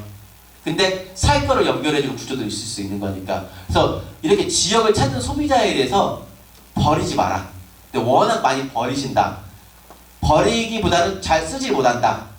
그 데이터가 곧 돈이 되는 시대인데 지금 데이터가 곧 돈이에요. 빅데이터 얘기 많이 하잖아요. 보성에 있는 농촌관광이든 그 직거래 고객 데이터만 싹 다 모아도 어마어마한 데이터일 텐데 그걸 지금 우리는 어떻게 쓰고 있는지 고민을 좀 하실 필요가 있겠다. 그래서 좀 정리하자면 초고령화 사회 경제 인력 감소, 사람이 안 태어나니까 돈 버는 생산 인구가 없고 1인 가구 증가 또는 개인주의적인 가치관, 워라밸, 조직보다는 개인 중심 또는 오피스 빅뱅, 조용한 사직, 일자리 다변화 뭐 이런 형태면서 연계의 키워드들이 우리가 이걸 어떻게 접근할 것인지 뭐 인구 구조의 변화에 의해서 시니어 관광이 활성화되겠구나 나홀로 1인 여행객이 증가하고 있겠구나 워케이션이 증가할 수 있겠구나 체이슈머 똑똑한 소비자들 가성비를 따지고 공동구매하는 소비자들 공동구매 소비자도 되게 많이 늘어나고 있어요. 실제 보면 공동구매 구독 경제라고 해서 구독구매 농산물도 실제로 젊은 청년들이 운영하는 경우는요 저도 그 정기구독을 하는데 토마토 농가에다가 연간에 저렴한 그러니까 돈을 몽땅 내고 주별이나 2주별 한 번씩 농산물을 따가지고 받는 형태도 많이 해요. 근데 젊은 농가들 그렇게 많이 하더라고요. 그렇게 하면서 좀 더 그 생산비를 이렇게 맞추기도 하긴 하는데 뭐 그런 형태처럼 약간 체리슈머와 연결할 수 있는 형태 그래서 맞춤형 관광, 취미여행 근데 생산 농가로 보면 가공으로 보면 구독 상품이라든가 이렇게 설계할 수도 있는 거겠죠. 그리고 소비 양극화 그리고 뭐 테크니컬 때문에 그 테크놀로지 때문에 인공지능이라든지 SNS 이런 것들 때문에 약간 플랫폼을 활용하는 것들에 대해서 우리가 빨리 익숙해져야 한다는 거. 나머지는 한번 쭉 보시면 될 것 같습니다. 이거는 트렌드인데 한번 그냥 보시고요. 자, 이제 15분 남았으니까 이제 제가 지속가능 보성군 우리 주민사업체는 어떻게 나아갈 것인지 좀 정리를 좀 해드리려고 해요. 근데 제가 그 좀 여기 서영진 박사님이 좀 좋은 얘기 좀 많이 해달라고 해가지고 어제 밤에 좀 더 고민을 했어요. 무슨 얘기를 해주면 좋을까? 근데 우리 주민사업체가 가진 한계는 무엇일까? 무엇을 잘하고 있을까? 앞으로 뭘 하면 좋을까? 관점에서 준비를 했는데 하나는 지속가능한 관광 또는 상품을 주민사업체가 되기 위해서는 첫 번째는 의지와 역량이 제일 중요하더라고요. 그래서 간혹 가다 보면은 주민사업체가 역량은 좀 있나? 진짜 의지는 있나? 의지가 있다는 건 뭐냐면 절박한가? 항상 궁금해해요. 이거 그냥 뭐 그 신활력 사업하면 1년 차에는 얼마 주고 교육 좀 이수하면 한 500만 원, 돈 1000만 원 준다고 하고 좀 돼버리면 한 5천만 원 준다고 하는 지자체별로 좀 다르긴 하더라고요. 근데 그렇게 하는 형태 약간 좀 보조금에 너무 의존하고 있는 건 아닌가? 근데 개인은 준비되어 있는가가 항상 궁금하더라고요. 근데 저는 가공을 하든 관광을 하든 농업을 하든 뭘 하든 간에요. 상품 기획, 그러니까 소비자 중심의 고객, 지금은 아까 계속 얘기했잖아요. 내가 중요한 게 아니라 소비자, 농업도 마찬가지예요. 농업도 내가 그냥 만든 거 그냥 정부가 사주세요, 소비자가 사주세요가 아니라 농업도 고객 맞추면 고객에 맞춘 농업을 할 수밖에 없는 시대로 바뀌어가고 있잖아요. 근데 그런 관점에서 봤을 때 상품 기획자라서 마인드가 있어야 돼요. 상품, 뭐 농촌 관광, 그러니까 관광으로만 이해하셔도 되고 상품 기획자 생각하셔도 돼요. 상품에 대한 전반적인 기획, 개발, 출시, 운영, 그 뒤에 개선까지 이걸 담당하고 고객의 요구와 니즈를 충족하고 서비스 경쟁력을 강화하기 위한 노력을 꾸준히 해야 하고 고객을 또 최우선을 하는 그것부터 시작이 돼야 할 거예요. 어떤 사업을 하시더라도. 그래야 좋은 상품을 만들 수 있는 거고 그리고 그 사업체가 지향하는 바가 나올 수 있는 거고 사업체 구성원들끼리 또 역할 분담도 명확히 될 수 있을 것 같아요. 그래서 뭐 고객 중심의 사고라든가 이것 표지 없습니다. 뭐 문제 해결 의지라든가 창의적 사고, 협업 능력, 학습 능력 요구한 게 되게 많잖아요. 근데 제가 이제 얘기하려는 건 적어도 이렇게 다양한 교육 같은 거 좀 받으시는 의지라든가 그걸 받아들이고 내가 좀 어떻게 접근해야겠다라는 생각만 가져도 또 하나 좀 절박하게 정말 이거 아니면 안 되겠다 꼭 성공시키고 싶다는 의지는 확실히 있으셔야 한다는 거예요. 근데 보면은 진짜 의지 없는 경우 너무 많이 봐가지고 너무 소극적인 경우도 많아서 근데 소극적인 건 어쩔 수 없어요. 근데 공동체에도 다 소극적이긴 하지만 기본적으로 좀 적극적인 의지에 대한 것들. 두 번째로는 역량. 첫 번째로 사업하시는 거예요. 신한력 이거 신한력 농촌 신한력 플러스 사업인가 그러잖아요. 그러니까 비즈니스 마인드가 있어야 하는데 사업 마인드가 많이 없는 경우가 너무 많아요. 근데 사업 마인드는 아무나 가질 수 있는 건 아니더라고요. 그러니까 주민사업체별로 역할 분담을 해서 비즈니스 마인드 가진 사람 또는 다른 걸 잘하는 사람 뭐 이렇게 구성하는 것도 정말 중요하더라고요. 근데 우리 팀이 그런 거 안 돼. 그러면 저는 전문 경영 연결한 전문 컨설턴트가 아니라 전문 경영을 같이 할 수 있는 비즈니스 마인드 가진 사람은 영입하는 것도 돈 주고 영입할 만하다고 저는 생각을 해요. 사업이라는 건 사실 그런 거니까.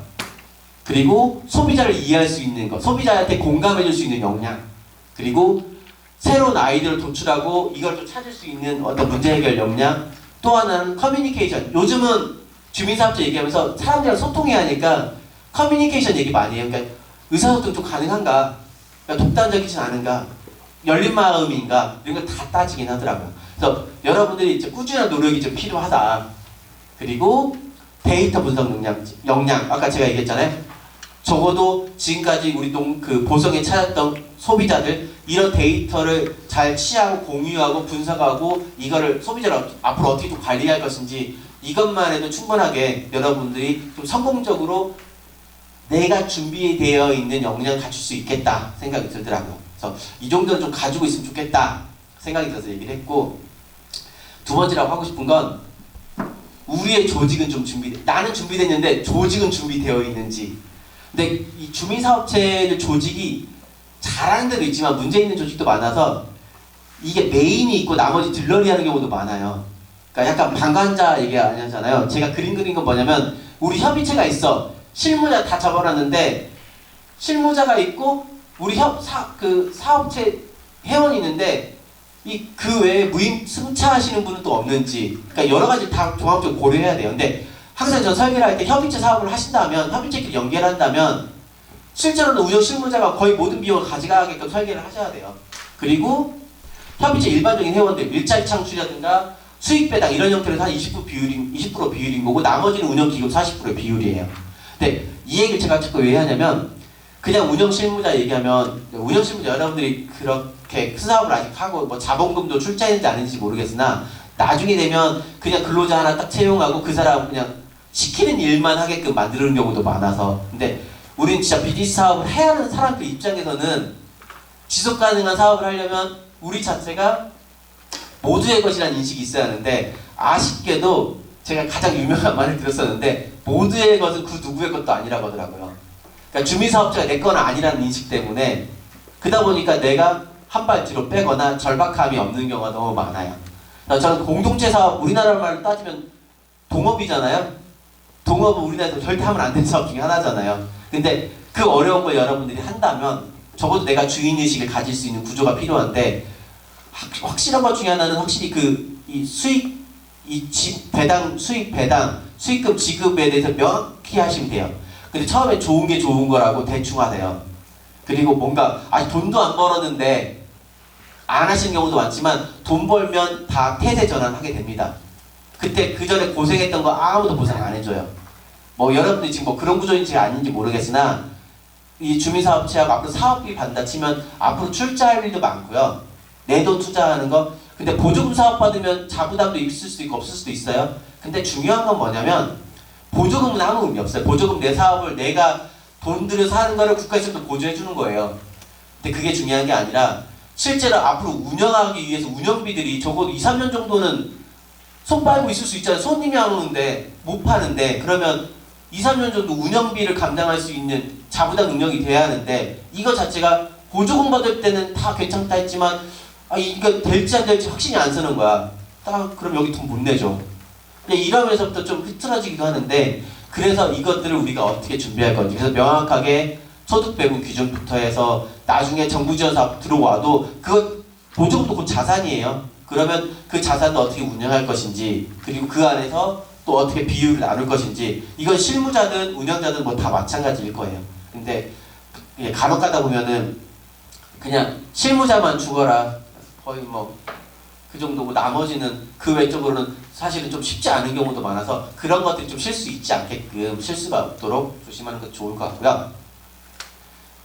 그리고 이거는 그냥 안 보셔도 될 것 같고, 그래서 이거 안 보셔도 돼요. 이거 얘기할게요. 결국은 우리가 주민사업체라면 전 3가지를 고민하셨으면 좋겠습니다. 하나는, 전 첫 번째로, 근데 우리가 한 팀이에요. 우리가 먼저예요. 그러니까 우리한테 도움이 되는지, 그러니까 동료에게 돈을 벌어다 줄 수 있는지, 그러니까 조직에 돈이 될 수 있는지 첫 번째 봐줘야 하는 거고, 두 번째로는 그 뒤에 이제 고객. 우리 돈 벌 수 있다 치면 실제로 고객에 도움이 되어야 그 사람 돈을 쓸 거잖아요. 고객에게 이득이 있는지를 잘 살펴보는 상품들을 만들어야 한다는 거예요. 근데 항상 보면은 고객은 있어요. 사실 고객이 돈을 쓰니까. 근데 우리 같은 조직 구성원들에 대한 이득들이 명확하지가 않은 경우가 많아요. 그래서 제가 아까 좀 출자라든지 배당 비율이라든가, 아니면 배당은 사실 중요하지 않습니다. 실제 돈을 벌었을 때 어떻게 분배할 것인지, 배당이라는 건 전체 수익금 쌓였을 때 배당하는 거니까 수익금의 분배에 대한 규정이 좀 명확해야 하는 거고, 그래서 우리 구성원들한테 돈을 벌어다 줄 수 있는지, 구성원들한테 돈을 벌어다 줄 수 없다면 저는 과감히 사업 안 하셔도 된다고 생각을 해요. 목적이 다른 걸 수도 있으니까. 근데 확실한 건 구성원한테 돈을 벌어다 줄 수 있는지가 제일 중요한 것 같아요. 그건 나를 포함한 거니까. 그 다음에 사실은 이제 우리가 지역 공동체라고 했을 때는 지역의 이득이 되는 역할인 건지, 사실 주민 사업체는 지역의 이득이 되는 역할이긴 해요. 그래서 이 3가지가 핵심이 돼야 한다는 거예요. 그러면 조직의 이득이 되고, 고객의 이득이 되고, 지역의 이득이 되는 건, 제가 원형 구조 좀 만들었는데, 일단 우리가 운영법인이라 하면 어떤 상품 컨텐츠가 있다, 가공이든 관광이든 각각의 숙박을 하고 음식을 하고 체험을 하고 실무가 있고 전문 인력이 있고, 구분을 명확히 하셔야 돼요. 그러니까 각각에 대해서 돈을 어떻게 벌어다 줄 수 있는지, 그리고 명확한 이해관계가 책정이 돼 있어야 돼요. 근데 이거 가지고 사업을 성공시킬 수 있느냐? 없다. 확실하지 않다. 그럴 경우에는 지역의 업체까지, 협력 업체까지 지역의 이득이 되도록 지역의 고택, 카페, 맛집, 명소, 명인, 연계할 수 있는 마을들, 문화예술 컨텐츠 다 우리 보성군에 있는 모든 자원들을 활용하시는 기본적인 활용 전략이 필요하다는 거예요. 그래 좀 오래 가더라고요. 뭐냐면 사업받아 공장 하나 지을 수도 있고 건물 하나 지을 수도 있어요. 사람들이 그 건물 보고 오지는 않잖아요. 그 주변에 볼 게 있어요. 놀거리가 있어야 하잖아요. 그러니까 그런 놀거리를 많이 만들고, 그 놀거리가 우리 컨텐츠와 맞아야 하는 게 제일 중요하겠죠. 또는 아까 인사이트 투어처럼 그런 코스 상품일 수도 있어요. 연계할 수 있는 거니까. 근데 다 똑같이 컨텐츠 부위가 아니라, 여기 같은 경우는 다른 거, 똑같은 그 지역의 자원을 하더라도 자기네가 운영하는 상품에 따라서 그거 지역의 컨텐츠는 다르게 해석될 수 있다는 거예요. 또는 같이 공용할 수도 있긴 하겠지만, 그리고 정부 지원 기관들을 활용해라. 공공기관, 중간조직, 예술조합, 여행사 또는 뭐 지자체 이런 데들을 우리 사업체에 끌어들이는 것. 우리 그러니까 연계기관으로서 서로 도움될 수 있는 형태들. 적어도 그 정도까지 가야 지역의 이득에 연결될 수 있는 것. 근데 사실은 지역의 이득이 되지 않는다. 그러니까 우리가 뭐 하는데 특정 우리가 사업을 하는데 옆에 식당 망하게 생겼어. 이거 지역의 이득이 도움되는 게 아니잖아요. 그건 사실 우리가 과감히 포기해야 하는 거죠. 식당을 우리가 할 필요가 없는 거잖아요.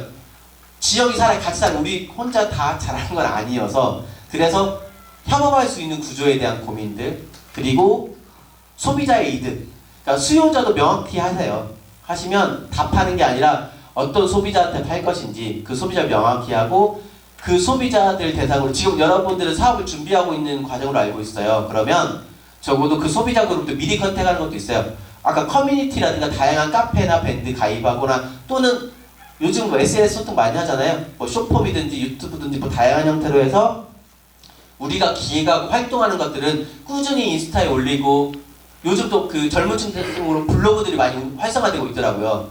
이게 참 왔다 갔다 하긴 하는데 인스타그램, SNS 하고 요즘 또 블로그가 뜨고 있는데 근데 그럼 어떤 거 해야 돼 있을 때 물어보면요. 답은 하나면 다 해야 돼요. 다 달라요 대상이. 근데 이것들도 처음에 준비할 때 그런 것들 같이 활성화하는 형태들.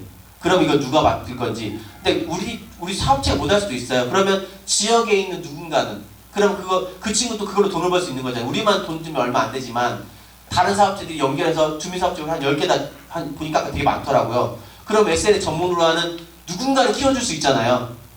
저는 솔직히 얘기해서 한 돈 1,000만 원 사업비를 받아요. 그러면 항상 그 안에 뭐 기구 사고 뭐 산다고 한단 말이에요. 근데 홍보 마케팅은 항상 꼬박꼬박 넣더라고. 저라면 한 200씩은 넣어가지고 20개 여행 재면은 20 곱하기 200만 원 줘버려가지고 누군가는 그거 먹고 살려고 만들 수 있다는 거예요. 그러니까 그 지역에서 그런 디자인하고 홍보 좀 할 수 있으면 야 네가 블로그 좀 하고 인스타그램 우리 거 채널 좀 다 같이 운영해달라고 하면서 같이 성장시킬 수 있는 그런 구조도 있을 수 있겠더라고요. 그러니까 돈을 쓰더라도 외부에 뿌리는 게 아니라 우리가 뭉쳐가지고 누군가에게 좀 도움이 되면 그들이 결국 그걸로 성장했으니까 나중에 우리한테 좀 무상으로 해줄 수 있는 또는 성장을 도움 줄 수 있는 게 있잖아요. 그런 고민들. 해서 이 운영법인부터 협약업체, 지원단체, 그리고 수요자까지 해서 조직과 고객, 그 다음에 지역의 이득을 어떻게 고려할 수 있는지 이건 항상 제가 주민사업체 하시면서 핵심 성과로 가야겠더라고요. 이건 확실히 비즈니스 모델 중에 핵심이긴 해요. 돈 벌려면 어떻게 하냐. 내가 혼자 하지만 우리 구성원이 떠나잖아요. 내가 우리 구성원 돈 못 벌어다 주면 아니면 돈 못 벌면 우리 구성원이 다 안 할 거니까 그래서 확실히 내가 첫 번째로 한 거는 우리 구성원들한테 돈 그래도 한 200 정도 벌어다 줄 수 있는지 이런 고민들이 또 시작돼야 한다는 거죠. 그리고 특정 소비자를 타겟팅하고 이거는 제가 설계한 사업 중에 하나인데요. 그 논산에 가면은 농장이 하나 있어요. 땡큐베리팜이라고 해서 농장이 있는데 여기 같은 경우는 제가 상품 설계를 같이 했는데 그 논산 멘털이라고 해가지고 ESG 인사이트 투어를 한 거예요. 뭐냐면 신중년을 대상으로 해가지고 신중년 특징이 뭘까 했더니 인생에 좀 전환을 꿈꾸시는 분들이 많더라고요. 그러니까 50 이후에 인생에 대한 고민을 많이 하시는 분이 많아요. 그래서 그 하시는 분들 대상으로 인사이트 투어를 했는데 지역에 귀농귀촌 해가지고 사시는 농가들 연대해가지고 그 투어를 돌리는 상품들. 근데 이게 2박 3일에서 30만 원인가 했었거든요. 1인당. 근데 이것도 바로 생각보다 많은 사람이 관심이 있어서 완판 바로 되더라고요. 그러니까 가격은 사실은 뭐 충분히 지불할 만한 가격이긴 해야겠지만 제가 여기 보여주려고 했던 건 지역의 다양한 상품들을 결합해서 연결하는 거 그리고 공감 카드라고 해가지고 그 취향이 같은 사람들 모인 거잖아요. 결국은 인생의 전환을 꿈꾸는 사람들 다 모여라 했으니까. 그리고 50대 이상의 여성들로만 했어요.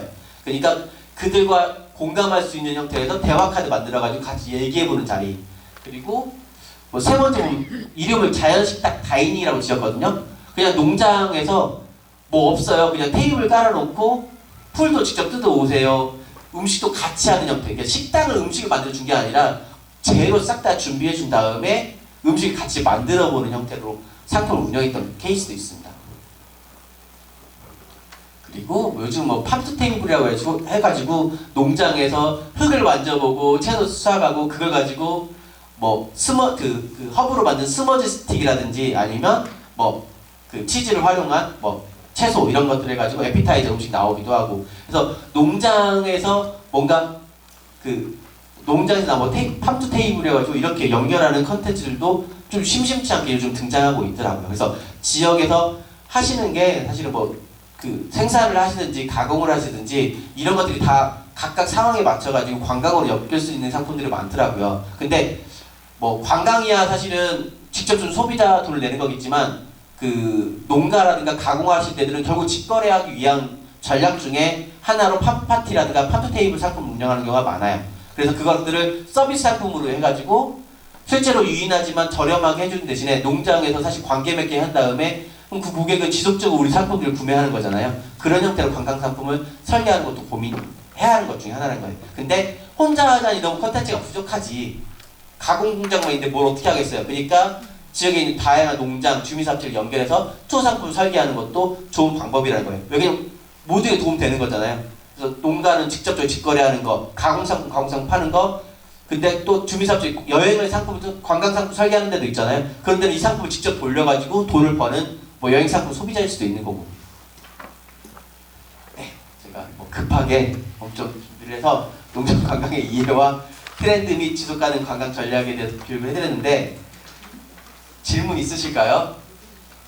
일단 오늘 교육이 좀 여러분들에게 새로운 좀 고민이 되는 교육이었으면 좋겠습니다. 좀 많은 성공을 좀 하시고 혹여라도 나중에 뭐 상품 설계라든지 뭐 우리 좀 고민한 게 있다, 컨설팅 필요하다면 010-2959-7888 있으니까 언제든 연락 주시면 제가 아는 선에서 답변 드리도록 하겠습니다. 감사합니다. 이종철 대표님이셨습니다. 오늘 하루 굉장히 장시간에 걸쳐서 앉아 계셔갖고 교육을 받으셨는데 많은 도움이 되셨기를 바라고요. 이상으로 2주차 교육을 종료하겠습니다. 감사드립니다.